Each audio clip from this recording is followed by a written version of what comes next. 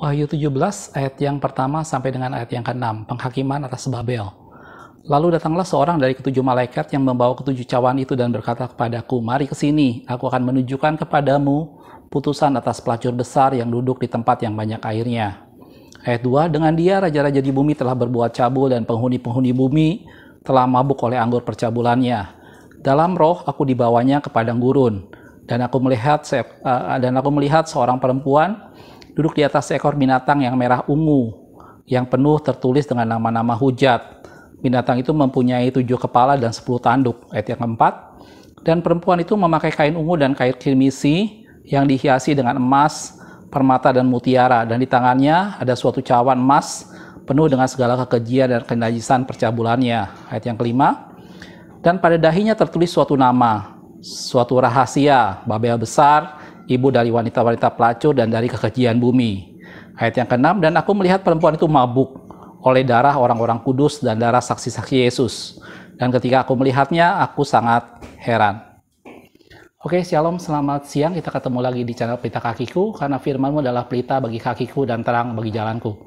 Ayat yang berusaha kita baca adalah salah satu gambaran dalam kitab Wahyu tentang perempuan. Jadi dalam kitab Wahyu, kalau Anda membaca kitab Wahyu, ada 2 gambaran tentang perempuan, gitu ya. Perempuan pertama yang sering saya singgung dalam beberapa video, yang dikatakan di sana dia berselubungan matahari dengan bulan di bawah kakinya dan mahkota dari 12 bintang di atas kepalanya. Dan dia di sana dikatakan sedang mengandung dan sakit bersalin. Dan kemudian ada naga yang hendak mengambil anak yang akan dilahirkan itu dan kemudian dilarikan. Dan itu adalah gambaran dari gereja Tuhan. Itu figur wanita yang pertama yang dalam kitab Wahyu.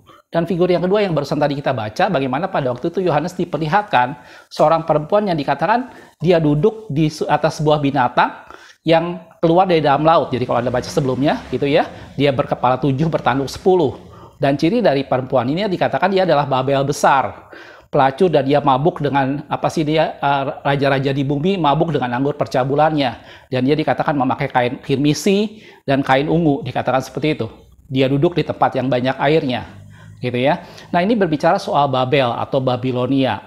Nah, kita tahu sesuatu hal yang sangat menarik dari Babel ini adalah dari mulai Kejadian sampai dengan Wahyu, Babel atau Babilonia itu sesuatu yang selalu disebut.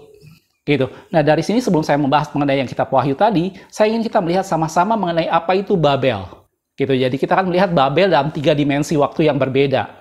Dimensi waktu yang pertama adalah pada masa Kejadian, di mana setelah umat Tuhan Allah menghancurkan bumi dengan air bah, dan dari keturunan Nuh, salah satunya nanti adalah mereka berkumpul di tanah datar Sinear, dan mereka mendirikan nama satu kota yang namanya Babel nanti ya. Nanti kita akan lihat lebih jelas. Itu dimensi waktu yang pertama. Dimensi yang kedua adalah mulai pada zaman raja-raja atau zaman orang Kastim pada waktu itu. Dan mereka kemudian mendirikan yang namanya Neo-Babilonia dengan beberapa raja, dan kita tahu salah satunya adalah Nebukadnezar. Itu adalah raja yang menyerang Yerusalem, yang menyerang Yehuda dan menghancurkan Bait Allah, gitu ya. Dimensi waktu yang ketiga yang saya akan bahas adalah yang tadi dalam kitab Wahyu. Nah, kita akan lihat bagaimana Babel ini ada dalam firman Tuhan dari mulai Kejadian sampai dengan Wahyu, gitu ya. Nanti kita akan lihat bahwa Babel ini semata-mata bukan sekedar kerajaan, bukan sekedar sekumpulan orang dengan satu niat tertentu, tetapi ini menjadikan sesuatu hal yang spiritual, menjadi sesuatu isme, menjadi satu ajaran, menjadi sesuatu cara hidup, pola pikir seseorang yang akhirnya menentang pada pengenalan akan Allah. Gitu ya. Jadi sekali lagi, sebelum kita masuk ke kitab Wahyu, kita akan lihat flashback dulu. Kita akan bahas dari yang pertama dulu, kenapa ada kata Babel. Itu ada dalam Kejadian tentang Menara Babel ya. Kita lihat ayatnya dulu. Dalam Kejadian 11 dikatakan ayat 4, juga kata mereka, marilah kita mendirikan bagi kita suatu kota dengan sebuah menara yang puncaknya sampai ke langit, gitu ya. Dan marilah kita cari nama supaya kita jangan terserak ke seluruh bumi.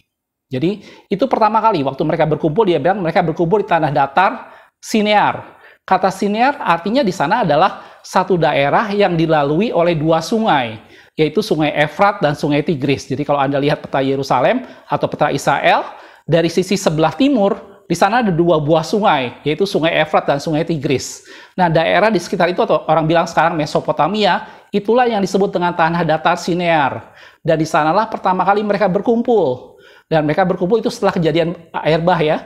Mereka berkumpul di sana dengan satu tujuan, dia bilang mereka mau mendirikan satu menara yang tingginya sampai ke langit. Kemudian mereka mencari nama supaya mereka jangan terserak ke seluruh bumi. Gitu ya. Kalau kita lanjutkan dalam ayat yang ke-7 dan 8 dikatakan seperti ini. Baiklah kita turun dan mengacau balaukan di sana bahasa mereka, sehingga mereka tidak mengerti lagi bahasa mereka. Demikianlah mereka diserahkan Tuhan dari situ ke seluruh bumi, dan mereka berhenti mendirikan kota itu. Jadi di sini adalah kejadian di mana pada waktu itu Allah mengacaukan bahasa mereka. Gitu. Saya pertama saya melihat ini menjadi sesuatu hal apa yang menyebabkan Allah mengacaukan bahasa mereka. Apa yang salah yang dilakukan oleh orang-orang pada waktu itu? Kalau kita perhatikan ada 3 hal yang mereka lakukan orang-orang yang pada waktu itu berkumpul mendirikan menara Babel, gitu ya. Yang pertama adalah dalam firman Tuhan dikatakan mendirikan sebuah kota dengan menara puncaknya sampai ke langit. Jadi sasaran mereka adalah mereka mau sampai ke langit. Mereka mau mencapai satu posisi di mana mereka sampai ke langit. Gitu. Dan yang kedua adalah mereka mau mencari nama. Dan yang ketiga, tujuan mereka mencari nama dan menaranya sampai ke langit, tujuannya adalah supaya mereka tidak terserak ke seluruh bumi. Ini adalah 3 kesalahan besar yang dilakukan pada orang-orang pada waktu itu, sehingga akhirnya Tuhan mengacaukan bahasa mereka. Dan karena Tuhan mengacaukan bahasa mereka, maka itu dinamai Babel. Kata Babel artinya kacau, artinya sesuatu kekacauan. Itu arti kata nama Babel. Dan di sanalah pertama kali kata Babel muncul di firman Tuhan. Jelas, saudaraku? Nah, kalau kita bicara lebih jauh sekarang, pertama adalah mereka mendirikan menara sampai ke langit. Ini adalah salah satu bentuk usaha manusia untuk mencoba menyamai Allah. Satu bentuk usaha manusia, mereka berkumpul dan mereka ingin menempatkan posisi dirinya, dia ingin mencapai ke langit, mencapai sesuatu yang ketinggian yang sama dengan Allah. Sebenarnya kalau kita perhatikan, banyak orang arkeolog yang mengatakan bahwa menara yang mereka buat, kalau dalam Babilonia kuno, itu sama dengan zigurat. Itu kurang lebih adalah satu bentuk peribadatan yang dilakukan oleh orang Babilonia kuno, yang kurang lebih seperti bangunan yang tingginya sekitar 50 meter dengan luas sekitar 100 meter persegi. Bukan satu bangunan yang terlalu tinggi sebenarnya. Kalau kita mau bandingkan dengan bangunan modern sekarang, menara-menara yang dibuat orang itu ketinggiannya bisa sampai 400, 500 meter, bahkan sampai 800 meter. Itu ketinggiannya hanya 50 meter. Jadi sebenarnya bukan sesuatu hal yang tinggi, tetapi yang jadi masalah di sana mereka berencana untuk menyamai Allah. Mereka ingin mencapai ke langit. Gitu. Dan kalau kita lihat dalam firman Tuhan, sejak pertama Adam dan Hawa jatuh ke dalam dosa, iblis mencobai Hawa dengan satu tawaran yang sangat menggiurkan, yaitu adalah kalau kamu makan buah ini, maka kamu akan menjadi seperti Allah. Kenapa? Karena ingin menjadi seperti Allah adalah sesuatu yang sejak lama iblis inginkan. Pada dasarnya iblis memberontak kepada Allah. Dalam firman Tuhan dikatakan dia ingin menjadi seperti Allah, dan dia tawarkan itu kepada Hawa, dan tawaran itu sangat menggiurkan gitu. Dan manusia pada zaman itu, setelah zaman Nuh tadi berkumpul di Sinear, motivasi mereka pertama adalah seperti sebelumnya, yaitu mereka ingin menjadi seperti Allah dengan cara mendirikan menara sampai ke langit. Kalau Anda ingat cerita pada waktu Adam dan Hawa diusir, maka mereka keluar di Taman Eden, dikatakan itu ya. Terus dalam firman Tuhan dikatakan di sisi sebelah kiri, Allah menaruh mereka 2 buah kerup yang berjaga dengan pedang berapi. Dengan tujuan adalah supaya manusia tidak bisa kembali dan mengambil buah dari pohon kehidupan. Allah menjaga itu kenapa? Karena manusia cenderung pengen mengambil kembali pohon kehidupan dan mereka bisa hidup seperti Allah. Karena itu dijagai dengan buah-buah kerup yang berjaga di sisi sebelah timur. Sehingga manusia tidak bisa kembali ke Taman Eden dan mengambil buah kehidupan itu. Jadi dari sejak awal, sesuatu yang fatal pada manusia adalah manusia ingin berada pada satu posisi di mana dia menyamai Allah. Dia mengetahui tentang hal yang baik dan hal yang jahat. Gitu ya. Kalau kita perhatikan sekarang, itu yang pertama. Kemudian kalau kita perhatikan dalam hal yang kedua, dia bilang dia mau mencoba mencari nama. Nah, kata nama ini sebenarnya seringkali berhubungan dalam firman Tuhan. Biasanya nama itu mengandung satu arti tertentu, gitu ya. Jadi biasanya Allah memberikan nama, misalnya Petrus dikasih nama Simon atau Kefas, gitu ya, yang artinya adalah batu yang teguh. Kata Petrus dan Kefas itu mungkin 2 kata yang berbeda, tetapi artinya sama. Itu adalah batu yang teguh. Jadi dari nama itu akan nampak karakter dari seseorang yang dikasih nama, gitu ya. Dan Allah tidak sembarangan memberikan nama, dan itu harusnya nama berasal datangnya dari Allah. Allah yang memberikan nama pada sesuatu hal, gitu ya. Tetapi yang dilakukan oleh orang-orang di Menara Babel ini, yaitu tanah Sinear ini, mereka mencari nama buat dirinya sendiri. Mereka tidak membiarkan Allah yang memberi nama mereka mencari nama buat dirinya sendiri. Dan itu adalah gambaran bagaimana mereka berusaha untuk mencapai suatu identitas diri sendiri, suatu kemasyuran, satu kejayaan yang mereka akan dapatkan dengan kemampuan sendiri. Gitu ya. Dan itu yang tentang mencari nama. Dan yang ketiga, dosa yang dilakukan oleh di Menara Babel ini adalah mereka melakukan itu semua. Mereka membuat menara sampai ke langit, mereka mencari nama dengan satu tujuan, supaya mereka jangan terserak ke seluruh bumi. Gitu ya. Apa yang salah dengan tujuan ini? Kalau kita lihat dalam firman Tuhan sebelumnya, setelah Nabi Nuh kemudian selesai, setelah Nuh selesai dari air bah surut, Allah berfirman kepada Nuh dalam Kejadian 9 ayat pertama dikatakan, lalu Allah memberkati Nuh dan anak-anaknya serta berfirman kepadanya, beranak cuculah dan bertambah banyaklah serta penuhi bumi. Gitu ya. Firman Tuhan ini yang pernah Allah sampaikan pertama kali kepada Adam dan Hawa. Tetapi karena Adam dan Hawa jatuh ke dalam dosa, kemudian dosa bertambah-tambah dan manusia dibunuh dengan dihabiskan dengan air bah, Allah menyampaikan itu lagi kepada Nuh supaya mereka berkuasa, beranak cucu, bertambah banyak dan penuhilah bumi. Firman Tuhan pada waktu itu menyuruh pada manusia untuk memenuhi bumi. Itu juga ada di Kejadian 9 yang tadi ayat pertama, ayat yang ke-7 dikatakan seperti ini. Dan kamu beranak cuculah dan bertambah banyak, sehingga tak terbilang jumlahmu di atas bumi. Ya, bertambah banyaklah di atasnya. Jadi Allah menekankan sekali lagi kepada Nuh, supaya dia memenuhi bumi. Dan Menara Babel sengaja dibuat dengan satu tujuan, supaya mereka tidak terserak di seluruh bumi. Jadi mereka tidak bisa memenuhi bumi. Jadi tindakan yang mereka lakukan dengan jelas-jelas menentang firman Allah. Mereka membuat suatu upaya terorganisir agar firman Tuhan tidak tergenapi, di mana Allah menyuruh supaya mereka terserak. Dan mereka berusaha supaya mendirikan menara, mencari nama, supaya mereka tidak terserak. Jelas saudaraku? Itulah yang terjadi dengan Menara Babel sehingga Allah turun dan mengacaukan bahasa mereka. Dan Allah memberi nama kepada mereka yaitu Babel. Karena di sanalah terjadi kekacauan. Babel artinya kekacauan. Mereka hendak mencari nama untuk memperoleh suatu kemasyuran, tapi Allah memberikan pada mereka nama suatu kekacauan. Nama suatu hukuman yaitu Babel. Jelas saudaraku? Itulah pertama kali Babel muncul. Oke? Setelah itu masa berjalan, kemudian Babel ada beberapa raja, Hammurabi dan macam-macam. Akhirnya mulai pada zaman orang-orang Kasdim, muncullah yang namanya Neo-Babilonia dengan raja pertama yaitu Nabopolassar. Gitu ya, itu sekitar tahun 680-an sebelum Masehi. Gitu.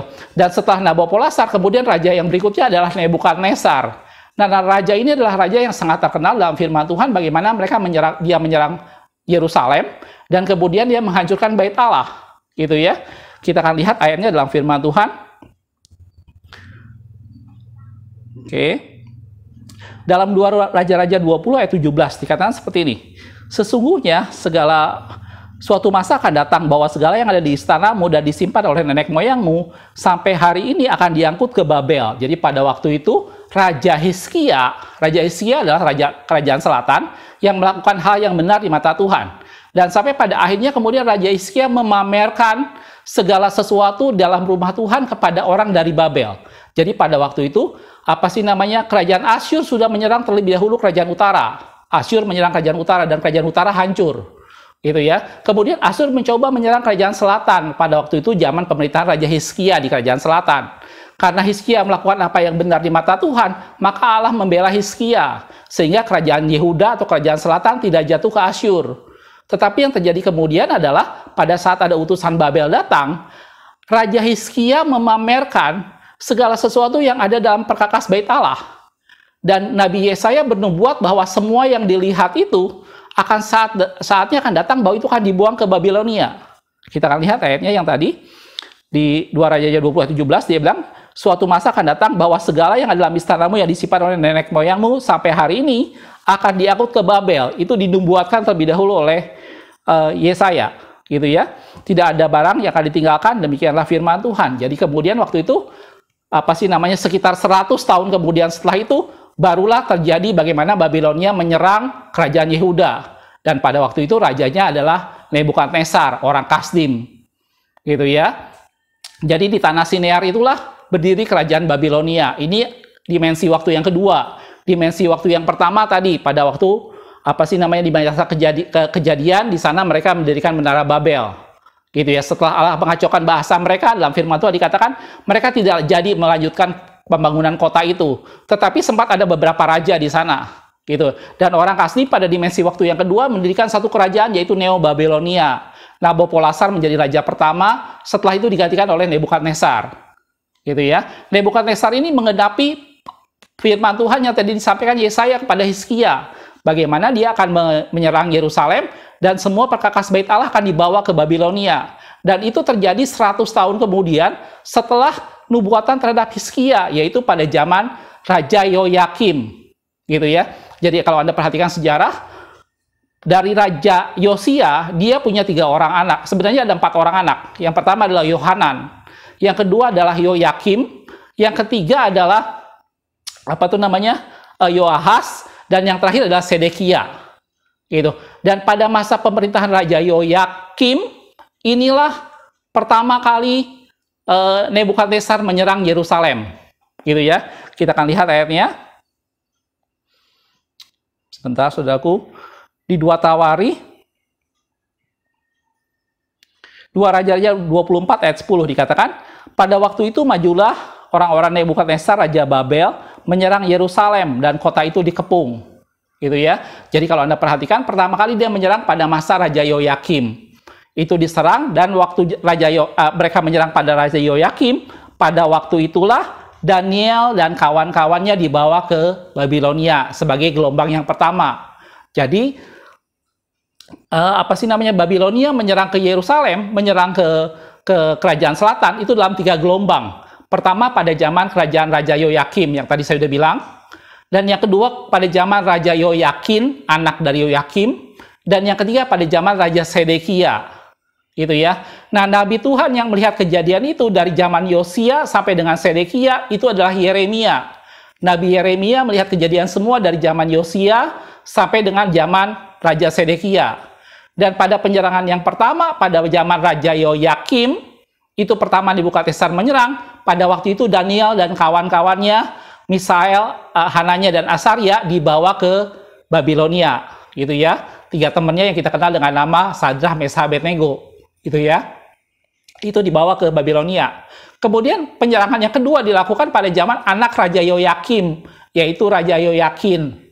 Nah, pada zaman ini adalah waktu itu Yehezkiel yang dibawa ke pembuangan di tepi sungai Kebar. Dan terakhir pada zaman Sedekia, pada zaman itu akhirnya bait Allah semua dihancurkan dan segala sesuatunya hancur dan hilang lenyap. Nah, setelah semua mereka dibawa dan dibuang ke Babilonia, mereka umat Tuhan ada di Babilonia selama 70 tahun sesuai dengan nubuatan Nabi Yeremia. Tadi saya sudah bilang Nabi Yeremia adalah yang melihat semuanya dari zaman Raja Yosia sampai dengan Raja Sedekia. Dan Yeremia tidak ikut dibuang. Karena itu Yeremia menulis kitab Ratapan yang menceritakan tentang ratapan pada zaman Yosia dan menceritakan tentang bagaimana keadaan umat Tuhan pada waktu diserang dan bait Allah dihancurkan. Gitu ya. Dan mereka ada di Babilonia, umat Tuhan ada di Babilonia selama 70 tahun. Yang tadi saya sudah bilang itu sesuai dengan nubuatan Nabi Yeremia dalam Yeremia 25 ayat yang ke-11. Maka seluruh negeri ini akan menjadi reruntuhan dan ketandusan, dan bangsa-bangsa ini akan menjadi hamba kepada Raja Babel 70 tahun lamanya. Jadi jelas Yeremia sudah menubuatkan 70 tahun lamanya umat Tuhan akan dibawa ke Babilonia, khususnya kerajaan Yehuda atau kerajaan selatan. Gitu ya. Yang terjadi kemudian Yeremia bernubuat lagi dalam Yeremia 25 ayat 12 dikatakan kemudian sesudah genap 70 tahun itu, sebelumnya dibilang mereka akan dibuang selama 70 tahun, dan Yeremia juga menubuatkan sesudah genap 70 tahun dia bilang, demikianlah firman Tuhan, aku akan melakukan pembalasan kepada Raja Babel. Yeremia sudah menubuatkan setelah 70 tahun maka Tuhan akan membalaskan kepada Raja Babel dan kepada bangsa itu oleh karena kesalahan mereka, juga kepada negeri orang-orang Kasdim, Babilonia ya, dengan membuatnya menjadi tempat yang tandus untuk selama-lamanya. Jadi Yeremia menubuatkan bahwa mereka akan terbuang di Babilonia selama 70 tahun, dan setelah masa itu maka Allah akan membalaskan kepada orang-orang Babel atau orang-orang Kasdim ini. Dan kita tahu kemudian pada akhir masa pemerintahan raja di Babilonia, raja yang terakhir adalah Belsyazar. Hati-hati saudaraku, di kitab Daniel kata Belsasar itu ada 2 yang mirip. Pertama, Belsasar itu adalah julukan yang diberikan kepada Daniel, itu Belsasar. Temannya tadi, Hananya, Misael, dan Asaria diberikan julukan Sadrak, Mesak, dan Abednego. Tapi ada satu lagi keturunan dari Raja Nebukadnezar, itu sebenarnya bukan anak langsung, tetapi itu adalah raja yang ketujuh atau raja yang terakhir. Namanya Belsyazar. Jadi hati-hati, ada Belsasar dan Belsyazar. Nah, Belsyazar ini adalah raja terakhir yang mengenapi firman Tuhan yang dinubuatkan oleh Yeremia, di mana pada waktu itu genap 70 tahun. Dan Allah mengirimkan Raja Media Persia untuk membunuh Raja Babilonia, dan Babilonia hancur pada waktu itu. Dan yang terjadi pada peristiwa di mana kehancurannya itu, pada waktu itu mereka sedang berpesta pora dengan menggunakan perkakas-perkakas bait Allah.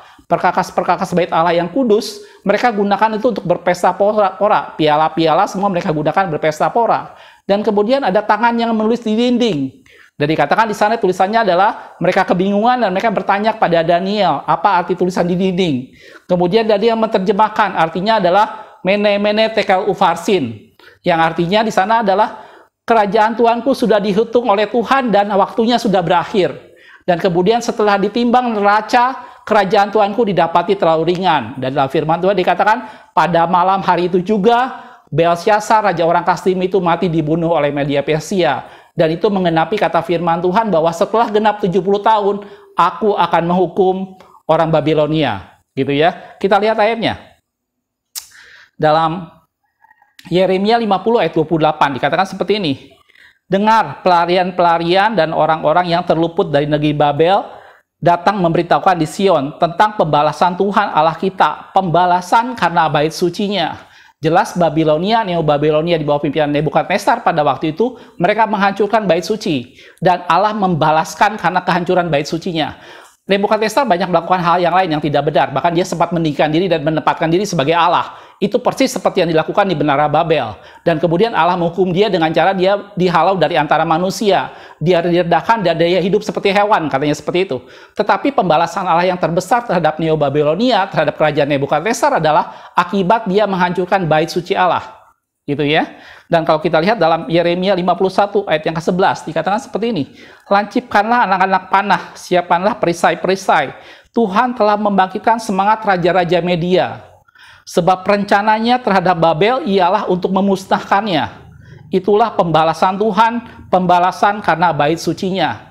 Jadi dosa terbesar yang dilakukan oleh Neo-Babilonia di bawah pimpinan Nebukadnezar adalah mereka menghancurkan bait suci. Suatu tempat yang kudus mereka injak-injak, bahkan pada saat yang terakhir piala-piala yang dipakai untuk di bait suci mereka pakai untuk berpesta pora. Suatu kekudusan Allah diinjak-injak dan dilanggar. Dan firman Tuhan katakan setelah genap 70 tahun, maka Allah akan membalaskan oleh karena bait sucinya.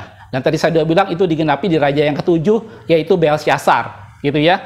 Itu ada dalam Daniel 5. Ayat yang kelima, pada waktu itu juga tampaklah jari-jari tangan manusia menulis di dinding istana raja, di depan kaki Dian, dan raja melihat punggung tangan yang sedang menulis itu. Yang tadi saya bilang, itu membuat mereka kebingungan, membuat mereka ketakutan. Dipanggil Daniel, dan Daniel menerjemahkan, Mene Mene Tekel Ufarsin.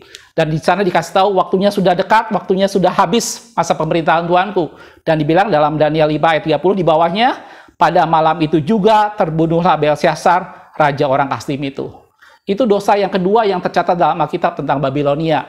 Jadi yang pertama, dimensi waktu yang pertama adalah Menara Babel. Mereka mendirikan menara sampai ke langit, ingin menyamai Allah. Mereka mencari nama tentang kemasyhuran dan kejayaan. Mereka tidak mau terserak. Itu jelas-jelasan mereka menentang firman Tuhan.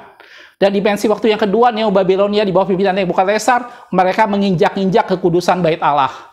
Gitu ya. Bait Allah dijadikan mereka menjadi tempat berpesta pora, perlengkapan bait Allah, dan Allah membalaskan itu semua melalui Raja Media Persia. Karena itu kalau Anda perhatikan dalam firman Tuhan, setelah Babilonia jatuh dan kemudian Media Persia berkuasa, raja yang pertama dari Media Persia langsung mengizinkan pada umat Tuhan untuk kembali. Gitu ya. Jadi begitu pemerintahan berganti dan mereka menjadi di bawah pemerintahan Raja Media Persia, dengan rela hati Raja Media Persia mengizinkan umat Tuhan untuk kembali membangun Yerusalem. Itu ya, dan itu mengenapi kata firman Tuhan, 70 tahun mereka di Babilonia, dan setelah genap 70 tahun Allah membalaskan semuanya. Itu dua dimensi waktu tentang Babilonia yang kita lihat dalam perjanjian lama. Bagaimana pada zaman Kejadian, Menara Babel, dan kemudian pada zaman Nebukadnezar, pada raja-raja. Di sana ada Daniel pada pembuangan pertama, ada Yeskiel pada pembuangan yang kedua. Karena pada pembuangan yang ketiga tidak ada apa-apa, di sana hanya penghancuran habis-habisan. Itu pada zaman Sedekia. Itu, dan Allah membalaskan itu semua. Di sana kekudusan Allah dilanggar. Ini dosa-dosa yang dilakukan oleh Babilonia dalam sejarah. Gitu ya. Mereka bertindak menyamai Allah, mendirikan menara sampai ke langit. Mereka menginginkan kekayaan, kemasyhuran dengan cara mencari nama, dan mereka secara terstruktur menentang firman Allah dengan cara mereka tidak mau terserak memenuhi bumi. Gitu. Dan Neo Babilonia melakukannya dengan cara melanggar kekudusan. Ini 4 dosa besar yang dilakukan oleh Babilonia dalam 2 dimensi waktu. Gitu. Nah, sekarang kalau kita kembali pada kejadian dalam kitab Wahyu, dalam dimensi waktu akhir zaman, di mana dikatakan Yohanes melihat seorang perempuan yang dibilang dia duduk di tempat yang banyak airnya, dan kemudian dia berbuat cabul dengan raja-raja di bumi, dan raja-raja di bumi mabuk oleh anggur percabulannya. Dan cirinya adalah dia menggunakan kain kirmisi dan kain ungu, dengan perhiasan emas dan segala macamnya. Dan terakhir dia duduk di atas antikris atau di atas binatang yang keluar di dalam laut dengan berkepala 7 dan bertanduk 10. Gitu. Dan kalau kita perhatikan sekarang, yang pertama cirinya adalah dia duduk di tempat yang banyak airnya. Kalau Anda perhatikan dalam firman Tuhan, bicara banyak air ini bicara tentang bagaimana pada waktu itu. Sekali lagi, ini bukan sesuatu hal yang sifatnya fisik. Ini bukan seperti kerajaan sebelumnya, tetapi ini sesuatu yang sifatnya spiritual. Gitu ya. Dan disinilah akhir kejatuhan dari Babilonia. Jadi kalau kita lihat sebelumnya bagaimana Babilonia jatuh dan digantikan oleh Media Persia, itu hanya gambaran tentang kejatuhan Babilonia yang sesungguhnya. Karena Babilonia yang sesungguhnya baru jatuh nanti di akhir zaman. Gitu. Jadi kalau Anda ingat cerita tentang bagaimana mimpi Nebukadnezar tentang patung, soal patung yang tinggi dari Nebukadnezar, dibilang atasnya dari emas, itu gambaran Nebukadnezar, setelahnya dikatakan dari perak, itu adalah Media Persia, kemudian dari perunggu itu Yunani, dan bagian terakhir adalah dari campuran tanah liat dan besi, itu bicara soal kerajaan Roma. Dan kemudian Daniel menafsirkan bahwa kemudian aku melihat sebuah batu terukit lepas tanpa perbuatan tangan manusia, menimpa kakinya, dan kemudian batu itu hancur. Memang batu itu digambarkan seperti Yesus yang kemudian menjadi satu kerajaan yang memenuhi bumi. Dan Yesus pertama kali datang pada zaman kerajaan Romawi. Betul, secara fisik Babilonia sudah tidak ada. Tetapi sebenarnya kejatuhan secara spiritual, Babilonia baru ada nanti di kitab Wahyu, yang digambarkan seperti perempuan ini, gitu ya. Dan nanti kita akan lihat bagaimana perempuan ini hanya dihukum Tuhan, dan jadi satu kejatuhan Babilonia. Jadi saya udah bilang tadi, Babilonia bukan suatu hal yang fisik, Babel bukan sesuatu hal yang fisik, tetapi itu suatu hal yang spiritual. Gitu ya. Kita lihat beberapa ayat di sana. Yang pertama tadi adalah, kalau saya ambil kembali dalam Wahyu 17 tadi, saya hanya ambil ayat yang keempat dan kelima. Perempuan itu memakai kain ungu dan kain kimisi yang dihiasi dengan emas, permata, dan mutiara. Ciri yang pertama adalah yang digunakan kain ungu dan kain kirmisi.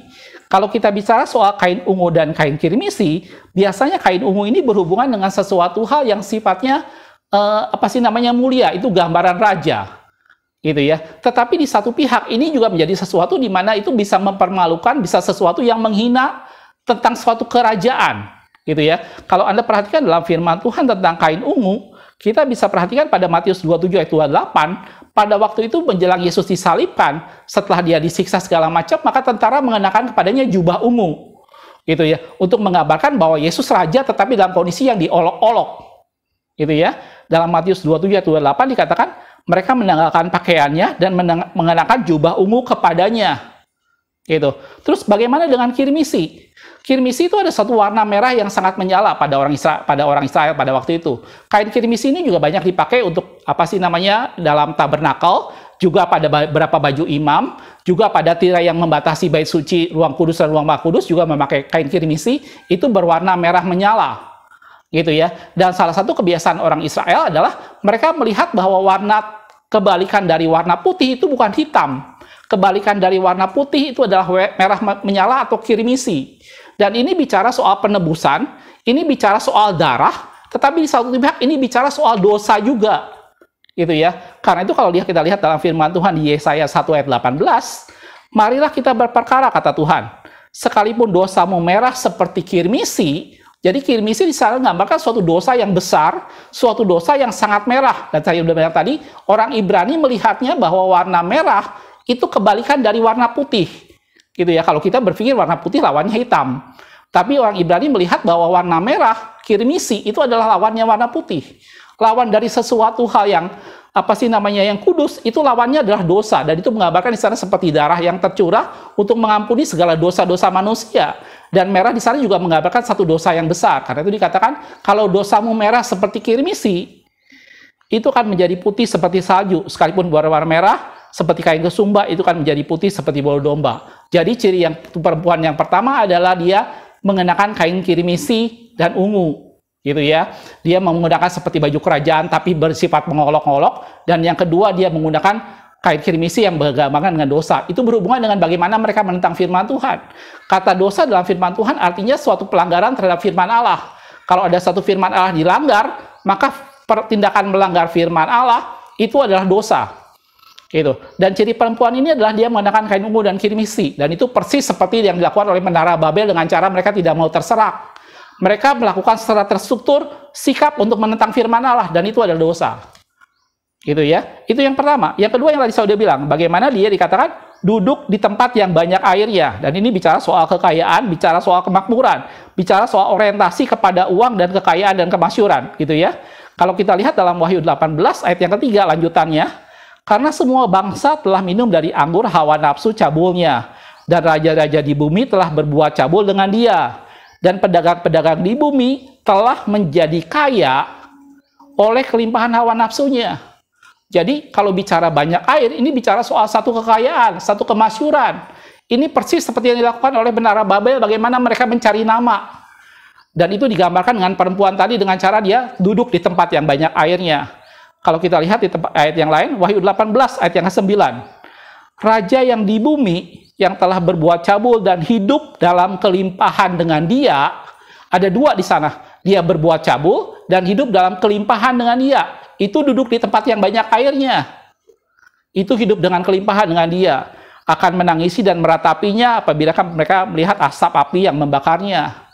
Jadi, ciri perempuan yang kedua adalah dia duduk di tempat yang banyak airnya. Dia mementingkan hal-hal materi. Dia mementingkan kekayaan.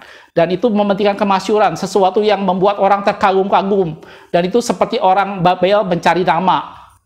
Jelas? Itu yang kedua. Yang pertama adalah kain kirmisi dan ungu. Itu dosa. Mereka menentang firman Tuhan. Seperti Menara Babel tidak mau terserak. Dan yang kedua adalah mereka duduk di tempat yang banyak airnya. Itu mencari kekayaan seperti Menara Babel mencari nama. Dan yang ketiga tadi kata firman Tuhan adalah dia berbuat cabul dengan raja-raja di bumi. Kita tahu yang namanya percabulan. Itu adalah satu dosa yang melanggar kekudusan Allah. Satu dosa yang dengan terang-terangan dalam firman Tuhan dikatakan, jangan kamu berbuat cabul, tetapi hendaklah kamu hidup kudus. Gitu. Jadi percabulan adalah tindakan yang menentang kekudusan Allah. Percabulan adalah tindakan yang melanggar semua bentuk kekudusan. Dan itu yang dilakukan oleh kerajaan Neo-Babilonia di bawah pimpinan Nebukadnezar. Dia menginjak-injak kekudusan bait Allah. Gitu. Dan perempuan itu digambarkan berbuat cabul dengan raja-raja di bumi. Kita akan lihat ayatnya. 1 Tesalonika 4 ayat yang ketiga dikatakan, karena inilah kehendak Allah pengudusanmu, supaya kamu menjauhi percabulan. Jadi jelas, percabulan itu satu tindakan yang melanggar kekudusan. Itu ciri yang ketiga. Jadi udah jelas. Yang pertama adalah dia memakai kain ungu dan kain kirmisi. Itu menggambarkan dosa. Itu menggambarkan sesuatu di mana dia menentang firman Allah. Gitu ya. Dan itu sudah dilakukan dari Menara Babel dengan cara mereka tidak mau terserak. Dan yang kedua, mereka duduk di tempat yang banyak airnya. Mereka mementingkan raja-raja berkelimpahan dengan hawa nafsunya, dikatakan seperti itu. Gitu ya. Itu bicara soal kekayaan, kemasyhuran. Itu seperti Menara Babel, mereka mencari nama. Dan yang ketiga, mereka berbuat cabul. Itu mereka melanggar kekudusan. Dan itu sudah dilakukan oleh Nebukadnezar melalui Neo-Babilonianya. Dan yang terakhir, dia duduk di atas antikris. Dia duduk di atas hewan yang keluar dari dalam laut, yang berkepala 7 dan bertanduk 10. Dan kita tahu hewan itu adalah antikristus. Dan dalam firman Tuhan dikatakan, masanya akan datang bahwa antikristus akan menyatakan dirinya. Dan dia duduk di bait Allah dan menyatakan dirinya sebagai Allah. Dan perempuan ini duduk di atas antikristus. Dia duduk bersama-sama dengan satu tokoh yang menyatakan diri Allah. Dan itu menggambarkan bagaimana perempuan ini akan berusaha, akan ikut bersama-sama menyatakan dirinya atau menyamai dengan Allah. Itu seperti yang dilakukan oleh Menara Babel tadi dengan membuat menara sampai ke langit. Jelas, saudaraku? Kita lihat ayatnya. Dalam 2 Tesalonika 2 ayat yang keempat, yaitu lawan yang mendirikan diri di atas segala sesuatu yang disebut atau yang disembah sebagai Allah. Bahkan ia duduk di bait Allah, mau menyatakan diri sebagai Allah. Jelas, saudaraku? Dari sini saya ingin kita sama-sama melihat bahwa Babilonia itu adalah suatu hal yang spiritual. yang dari awal, dari menara Babilonia, mereka sudah melakukan tindakan yang jahat di mata Tuhan. Mereka berusaha menyamai Tuhan, mereka berusaha untuk memperoleh kemasyhuran dan kekayaan, mereka menentang firman Allah. Pada dimensi waktu yang kedua, mereka melanggar kekudusan dengan menginjak-injak bait Allah. Dan itu semua digenapi dalam akhir zaman, pada dimensi yang ketiga, tentang perempuan yang dikatakan dia berkain kirmisi dan ungu, itu bicara soal dosa, dia menentang firman Allah. Dan yang kedua, dia di tempat banyak airnya, dia memasyurkan dirinya, dia tergila-gila pada kekayaan. Yang ketiga, dia berbuat cabul, dia melanggar kekudusan. Dan terakhir, dia duduk di atas hewan yang keluar dari dalam laut. Itu dia menyamai diri dengan Allah. Jadi semua dari mulai kejadian, dosa yang manusia lakukan, itu semua ini terkumpul semua dalam perempuan yang di kitab Wahyu. Jelas, saudaraku? Jadi inilah dosa yang sangat esensial yang ada pada manusia. Jadi kalau kita perhatikan sekarang, dari ini semua kita bisa melihat bahwa ada dua macam gereja Tuhan, ada dua macam mempelai Kristus.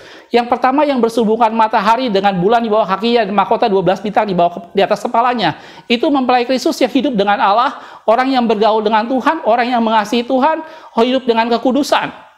Di satu pihak ada gereja Tuhan, ada orang-orang yang seperti perempuan yang berkain kirmisi tadi. Dia hidup dengan dosa, dia membiarkan dosa tetap ada, dia menentang firman Tuhan secara jelas-jelasan, dia tidak membiarkan firman Tuhan menjadi sesuatu yang mengubah dia, tetapi secara terstruktur dia menolak firman Tuhan. Dia melanggar kekudusan, dalam firman Tuhan dilambangkan dengan percabulan, dia mementingkan materi, dia mementingkan kekayaan, dia mementingkan hal-hal yang lahiriah, dan yang ketiga, tanpa dia sadar, dia ingin menjadi Allah. Dia tergila-gila dengan kultus individu, dia berpikir bahwa apa yang dia katakannya itu setara dengan perkataan Allah, dia berpikir bahwa yang harus dipuji, harus dikagumi, harus dihormati itu adalah dirinya sendiri. Gitu. Jelas, saudaraku? Ini adalah gambaran dua perempuan dalam firman Tuhan.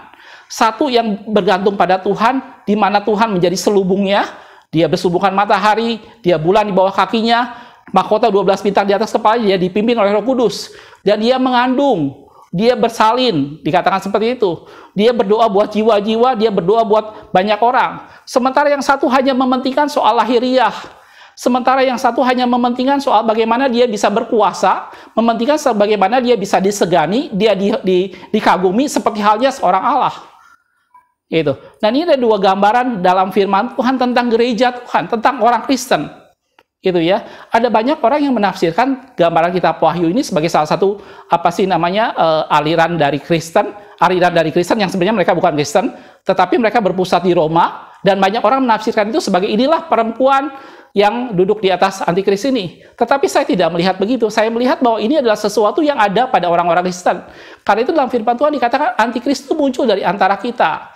Ada orang-orang yang bukan termasuk dia sungguh-sungguh termasuk pada kita. Gitu. Mereka hanya mementingkan kekayaan, mereka melanggar kekudusan, mereka tidak peduli dengan kekudusan, mereka juga secara terang-terangan menolak firman Tuhan, mereka tidak hidup dengan firman Tuhan, mereka hanya memilih firman Tuhan yang mengenyangkan telinga mereka, dan kemudian mereka menjadi sesuatu yang ingin menjadi seperti Allah. Dia menginginkan bahwa orang memperlakukan dia seperti Allah, menjadi satu kultus individu, gitu ya. Dan inilah gambaran tentang perempuan yang dari Babilonia tadi. Jadi kalau kita bicarakan soal Babilonia, itu ada sampai sekarang. Dan saatnya akan datang bahwa Babilonia baru akan jatuh di kitab Wahyu tadi. Dan kalau ada ingat perumpamaan tentang Yesus katakan tentang lalang dan gandum, saya tertarik dengan perumpamaan ini karena apa? Karena dari firman Tuhan, Yesus menjelaskan bahwa lalang dan gandum itu dibiarkan tumbuh bersama-sama. Dan Yesus tidak akan mencabut lalang itu, karena kalau lalang itu dicabut, maka gandum itu akan tercabut. Dan itu kan dibiarkan sampai pada akhir zaman, baru itu akan dipisahkan. Kita lihat ayatnya, saudaraku. Dalam Matius 13 ayat 24 sampai 26, Yesus membentangkan suatu perumpamaan lain lagi kepada mereka, katanya, hal kerajaan sorga itu seumpama orang yang menabur benih yang baik di ladangnya. Gitu ya. Tetapi pada waktu semua orang tidur, datanglah musuh menaburkan benih lalang di antara gandum itu lalu pergi. Ketika gandum itu tumbuh dan mulai berbulir, tampak jugalah lalang itu. Jadi Yesus sudah menjelaskan bahwa umat Tuhan, bahwa gereja Tuhan, bahwa orang-orang Kristen itu digambarkan seperti ada lalang dan gandum. Dan kitab Wahyu menggambarkan gereja Tuhan seperti perempuan yang bersubungan matahari dan seperti perempuan dengan kain kirmisi. Seperti menggambarkan perempuan yang sedang mengandung, sama satu lagi perempuan yang mabuk dengan anggur percabulan. Gitu ya. Satu lagi perempuan yang bermahkotakan bintang di atas kepalanya, satu lagi perempuan yang duduk di atas antikris. dan dia ingin menjadi Allah. Gitu. Dan Yesus menggambarkan itu seperti lalang dan gandum, dan itu dibiarkan tumbuh bersama-sama, dan pada akhir zaman itu akan dipisahkan baru. Dan Yesus juga ngomong satu kali lagi mengenai kambing dengan domba. Kita lihat dalam Matius 25 ayat 32 sampai 33. Lalu semua bangsa akan dikumpulkan di hadapannya. Lalu ia memisahkan mereka seorang daripada seorang, sama seperti gembala memisahkan domba dan kambing. Jadi Yesus jelas-jelas menggambarkan bahwa ada domba dan ada kambing, ada lalang, ada gandum, ada perempuan yang bersubukan matahari, ada perempuan dengan kain kirimisi. Gitu ya, lanjutannya. Dan ia menempatkan domba-domba di sebelah kanannya dan kambing-kambing di sebelah kirinya. Jelas, saudaraku? Jadi ini menjadi satu hal yang penting, bahwa ini saya bilang, ini bukan satu kerajaan, ini bukan satu daerah tertentu di Padang Sinear, bukan. Tapi ini adalah suatu hal yang spiritual, yang ada sampai nanti akan masanya itu semua akan dijatuhkan. Sampai pada masanya genap kata firman Tuhan, Allah akan menghukum semuanya. Dan kitab Wahyu tadi menggambarkan bahwa Babilonia akan jatuh. Sekarang mungkin masih ada di tengah-tengah kita. Mungkin ada sebagian di antara kita yang masih hidup dengan cara yang tidak benar. Gitu ya. Kalau kita masih mementingkan kekayaan, kalau kita masih melanggar kekudusan, kalau kita masih hidup dalam dosa, dan kalau kita masih tergila-gila ingin menjadi Allah dan dihormati dan menjadi satu pribadi yang sangat dikagumi dan menjadi manifestasi dari Allah, maka itu kita berada di Babilonia. Dan firman Tuhan katakan kita harus keluar dari Babilonia. Bukan kebetulan Abraham disuruh Tuhan keluar dari Ur Kasdim. Kalau saya perhatikan ada satu yang menarik, kenapa Allah menyuruh Abraham keluar dari Ur Kasdim. Kata Ur Kasdim dalam firman Tuhan itu dari dua kata, Ur dan Kasdim. Artinya itu kota Ur di negeri orang Kasdim. Kasdim ini adalah Babilonia. Dan Allah menyuruh Abraham keluar dari Babilonia. Allah menyuruh Abraham untuk keluar dari Babel. Dan itu pun yang Allah sampaikan pada waktu dia mengatakan hal yang sama kepada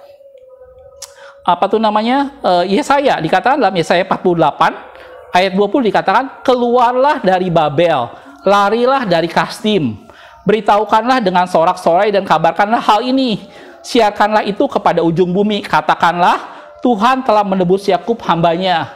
Orang-orang yang telah ditebus disampaikan supaya mereka keluar dari Babel, keluar dari hidup yang melanggar kekudusan, keluar dari hidup yang penuh dengan dosa dan menentang firman Tuhan, keluar dari hidup yang ingin menjadi seperti Allah, keluar dari hidup yang hanya mementingkan hal-hal duniawi dan kekayaan. Dan Yesus katakan bahwa dalam Yesaya dikatakan Tuhan telah menebus Yakub hambanya dan disuruh keluar. Dan hal yang sama juga di Wahyu tadi, kalau kita lanjutkan dalam Wahyu pasal yang ke-20, pasal 18, ayat yang keempat dikatakan, lalu aku mendengar suara lain di surga berkata, pergilah kamu hai umatku, pergilah daripadanya supaya kamu jangan mengambil bagian dalam dosa-dosanya. Di atasnya kita sudah tahu tentang hukuman Babel ya. Dan dikatakan dalam ayat yang keempat tadi, suruh umatnya pergi dari sana. Gitu. Supaya kamu jangan mengambil bagian dalam dosa-dosanya, dan supaya kamu jangan turut ditimpa malapetaka-malapetakanya. Gitu. Di Wahyu 18 tadi jelas-jelasan bahwa Allah hendak menghukum Babel, dan Allah berpesan kepada umatnya supaya pergi dari sana, supaya kamu tidak ditimpa dengan malapetaka-malapetakanya, supaya kamu tidak ambil bagian dalam dosa-dosanya. Dan Tuhan berkata, pergilah dari sana. Tuhan berkata kepada Abraham, keluar dari Ur Kasdim. Itu adalah Ur di tanah negeri orang Kasdim, itu adalah Babilonia. Dan Yesaya berkatakan tadi, beritahukanlah ke seluruh bumi, Tuhan telah menebus hambanya, dan mereka suruh lari keluar dari Babilonia, karena Babilonia sebentar akan jatuh. Gitu. Jelas saudaraku, itulah Babel. Babel ada suatu bentuk di mana umat Tuhan melanggar, di mana umat Tuhan membiarkan hidup dalam dosa, di mana dia melanggar kekudusan, di mana dia mementingkan hal-hal lahiriah, dan di mana dia menempatkan diri seperti Allah. Dan Allah minta kita keluar dari sana. Dan Allah minta kita meninggalkan itu semua. Sekarang itu mungkin masih bercampur bersama-sama dengan kita. Tadi saya bilang, ada lalang, ada gandum, dan kita tidak pernah tahu. Gitu. Dan Allah membiarkan itu tumbuh bersama-sama, sampai pada waktunya itu akan dipisahkan. Ada kambing, ada domba. Di akhir zaman nanti baru Tuhan akan pisahkan. Kambing di sebelah kirinya, domba di sebelah kanannya. Dan kalau kita perhatikan sekarang ciri-ciri orang yang terjadi pada akhir zaman, kalau Anda perhatikan sekarang dalam 2 Timotius 3 ayat yang kelima dikatakan, secara lahiriah mereka menjalankan ibadah mereka. Ada orang-orang yang hanya mementingkan hal-hal lahiriah. Gitu ya. Itu digambarkan seperti perempuan yang duduk di banyak airnya, mementingkan kekayaan, mementingkan kemasyuran, mementingkan perhiasan-perhiasan. Gitu ya. Itu juga seperti menara Babel yang hanya mencari nama. gitu ya, mementingkan kemasyhuran dan dirinya sendiri, dikatakan ibadah mereka, tapi pada hakikatnya mereka memungkiri kekuatannya. Mereka tidak percaya dengan firman Tuhan, mereka tidak percaya dengan kuasa Tuhan, mereka secara terang-terangan menolak firman Tuhan. Dan itu gambaran seperti perempuan yang memakai kain kirmisi tadi. Itu gambaran seperti menara Babel yang tidak mau orang terserak. Jelas, saudaraku? Dalam 2 Timotius 4 ayat yang ketiga sampai keempat dikatakan, karena akan datang waktunya orang tidak dapat lagi menerima ajaran sehat. Mereka tidak mau firman Tuhan yang dengan jelas tegas menyampaikan dosa mereka. Mereka tidak mau mendengar firman Tuhan yang membuat mereka berubah. Mereka hanya mau dengar firman Tuhan yang menidabobokan, yang menghibur mereka, yang mendatangkan berkat, yang memuji-muji mereka. Gitu ya. Tetapi mereka mengumpulkan guru-guru palsu menurut kehendaknya untuk memuaskan keinginan telinganya. Mereka memalingkan telinganya dari kebenaran dan memukanya bagi dongeng. Itulah gereja tuh, itulah keadaan manusia di akhir zaman yang mungkin juga merana dalam gereja Tuhan. Seperti 2 perempuan tadi, ada perempuan yang mengandung sakit bersalin bersubungan matahari, tapi ada perempuan yang duduk di atas antikris, dia dengan kain kirmisi, dia dengan mabuk anggur percabulan, dan dia duduk di tempat banyak airnya. Gitu ya. Perempuan gereja Tuhan, orang-orang yang hanya mementingkan hal-hal lahiriah, yang dia melanggar kekudusan, dia hidup dalam dosa, dan dia ingin menjadi seperti Allah. Jelas, dan kata firman Tuhan, lari dari sana. Lari dari sana, tinggalkan itu semua, supaya kita tidak ikut dalam dosa-dosanya, supaya kita tidak ikut ditimpakan malapetaka-malapetakanya, kata firman Tuhan. Jelas, saudaraku? Jadi ini membuat pengertian buat kita semua bahwa itulah Babilonia. Gitu ya. Babilonia secara fisik sudah jatuh. Babilonia secara fisik kita tidak pernah lihat lagi. Babel secara fisik kita tidak pernah kita lihat lagi. Tetapi Babel sesungguhnya, perempuan sudah besar itu saatnya sebentar akan datang bahwa itu akan dijatuhkan. Saatnya akan datang bahwa lalang dengan gandum akan dipisahkan. Dan saya melihat beberapa lainnya ini kejadian seperti masa COVID. Salah satu yang saya perhatikan pada masa COVID ini, nampak perbedaan antara orang yang beribadah kepada Tuhan dengan yang tidak. Dan itu adalah salah satu bentuk di mana Allah mengizinkan suatu pemisahan. Allah mengizinkan suatu bentuk di mana orang akan melihat perbedaannya antara orang yang beribadah dengan orang yang tidak beribadah, saudara. Dan di sana akan terpisah bagaimana perempuan yang berselubungan matahari dengan perempuan yang hanya dengan kain kirmisi. Jelas, saudaraku? Dan menjelang akhir zaman semuanya akan dipisahkan. Dan saatnya akan datang bahwa Allah akan menghukum semuanya. Dan mari Anda dan saya, saudaraku, mari kita lari. Kalau Anda dan saya masih hidup di Babilonia, keluar dari sana. Kata firman Tuhan, larilah dari sana. Kalau kita masih hidup dengan melanggar kekudusan, kita masih hidup dalam dosa, firman Tuhan katakan larilah dari sana. Supaya kita tidak ditimpakan dengan malapetaka, kita tidak ditimpakan dengan dosa-dosanya. Kalau kita masih mementingkan hal-hal lahiriah tentang penampilan, tentang kekayaan, tentang kemasyhuran, tentang nama besar, maka larilah dari sana. Anda masih di Babilonia, kita masih ada di Babel. Dan kita harus lari dari sana. Kalau kita masih mementingkan tentang bagaimana firman Tuhan yang kita pilih sesuai dengan yang mau kita. Kita menentang firman Tuhan secara menyeluruh. Kita menentang bagian-bagian firman Tuhan yang kita tidak suka. Maka kita masih di Babel dan Allah mau kita keluar dari sana. Karena apa? Karena Tuhan telah menebus Yakub, kata firman Tuhan. Larilah dari sana dan kasih tahu bahwa Allah telah menebus kita.